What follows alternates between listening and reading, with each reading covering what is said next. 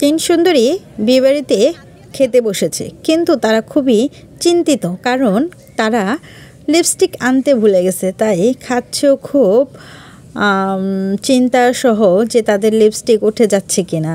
এখন একজনকে বলতেছে যে আমার কি লিপস্টিক আছে নাকি উঠে গেছে, দেখেননি খাচ্ছে কীভাবে যাতে ঠোঁটের মধ্যে না লাগে। তখন আমি বললাম তোমরা টেনশন করো না, আমি এর ব্যবস্থা করতেছি। তখন আমি দেখলাম মামুনি একটা ব্যাগ নিয়ে আসছে, তাই মামুনিকে জিজ্ঞেস করলাম তুমি কি লিপস্টিক আনছো?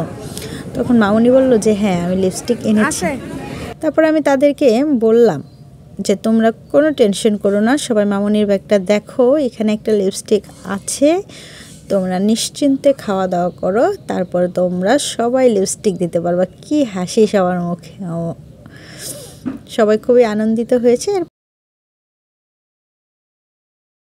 খাবার দাবার শেষ হতে দেরি, তাকে ঘিরে ধরতে দেরি নেই, দেখছেন লিপস্টিক বের করে অলরেডি তারা সবাই লিপস্টিক দেওয়া শুরু করে দিয়েছে। বুঝি না এটা দিলে তাদের কি সুন্দর লাগে, তবুও দিচ্ছে সবাই।